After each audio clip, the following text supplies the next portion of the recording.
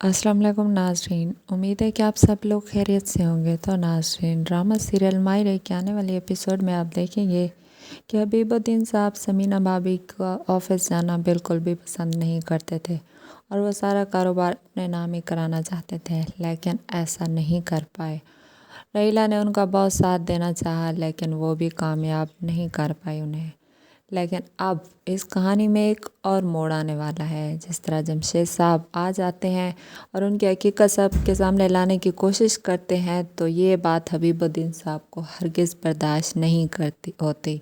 हबीबुद्दीन साहब को अंदाज़ा हो जाता है कि जमशेद जितना मेहनती और कामयाब शख्स है, ये जल्दी हमारी हकीकत खोल देगा और हम कहीं के नहीं रहेंगे।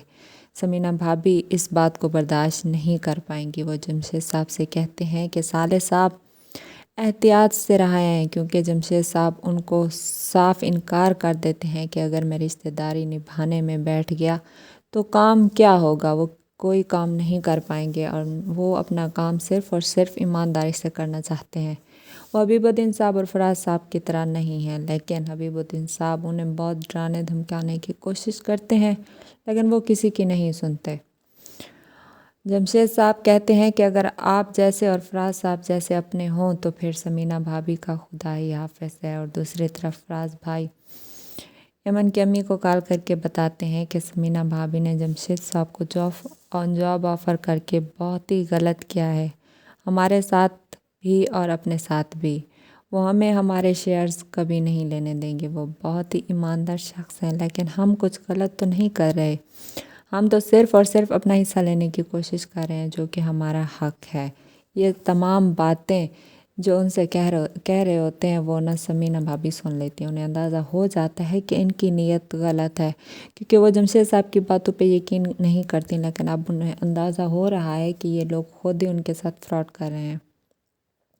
फराज साहब अपनी बीवी को बताते हैं कि जमशेद आके बैठ गया है, सारे के सारे पुराने खाते निकाल रहा है, जो कि गलत बात है। तो वो कहते हैं कि इसमें क्या गलत बात है, वो अपना काम कर रहे हैं, आप लोग अपना काम कीजिए। आपको ऐसा क्यों लगता है कि वो आप लोगों के साथ गलत कर रहे हैं, आपको उनकी फ़िक्र नहीं करनी चाहिए। तो वो कहते हैं कि वो हमें गलत समझ रहे हैं, हम अपने हैं उनके, लेकिन उन्हें ये बात समझ नहीं आती। तो वो कहती हैं कि मुझे तो लगता है कि आप लोग मेरे मरूम भाई के कारोबार को जो स्याह सफ़ेद कर रहे हो, उन सब की हकीकत का उन्हें अंदाज़ा हो रहा है और आप लोग उनके ख़िलाफ़ हो रहे हो। तो इस बात पे वो गुस्सा हो जाते हैं कि नहीं, हम ऐसा कुछ नहीं कर रहे, आप लोगों को पता है कि हम उनके साथ बहुत मुखलिस रहे हैं। तो इस बात पे वो उनसे गुस्सा हो जाते हैं कि नहीं, आप लोग उनके साथ कभी मुखलिस हो ही नहीं सकते।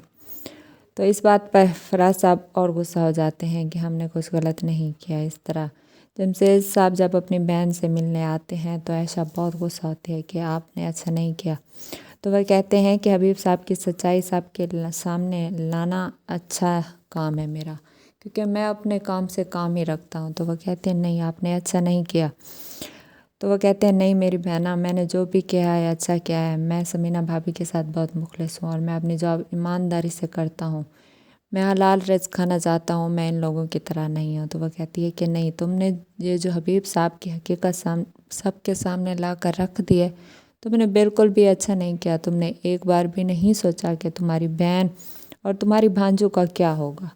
तो वह कहते हैं नहीं आपके साथ कुछ भी बुरा नहीं होगा, मैं आपके साथ हूँ।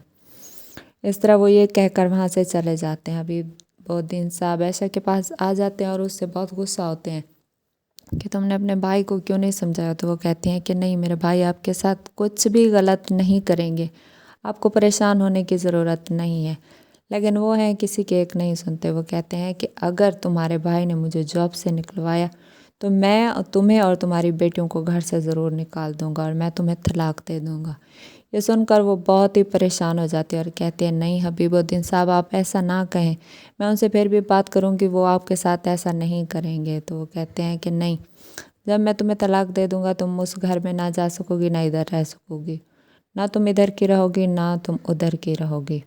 तुम अपने भाई को समझाओ वो अपनी हरकतों से बाज आ जाए, नहीं तो तुम मेरे बारे में अच्छे से जानती हो। तो वो कहती हैं कि नहीं, आपको कुछ गलत करने की ज़रूरत नहीं है, आखिर तो आप हमारे घर का दामाद है, हमारे बेटों जैसा है, तो आप उसके बिज़नेस में ऐसा क्यों कर रहे हैं। तो वो कहते हैं कि नहीं, میں نے کچھ غلط نہیں کیا، میرا جو حق ہے میں وہی لینا چاہتا ہوں۔ ہمارے بھائی کے حصے میں ہمارے شیئرز ضرور بنتے ہیں، میں اپنے شیئرز لینا چاہتا ہوں، باقی میرا کسی سے کچھ لینا دینا نہیں ہے۔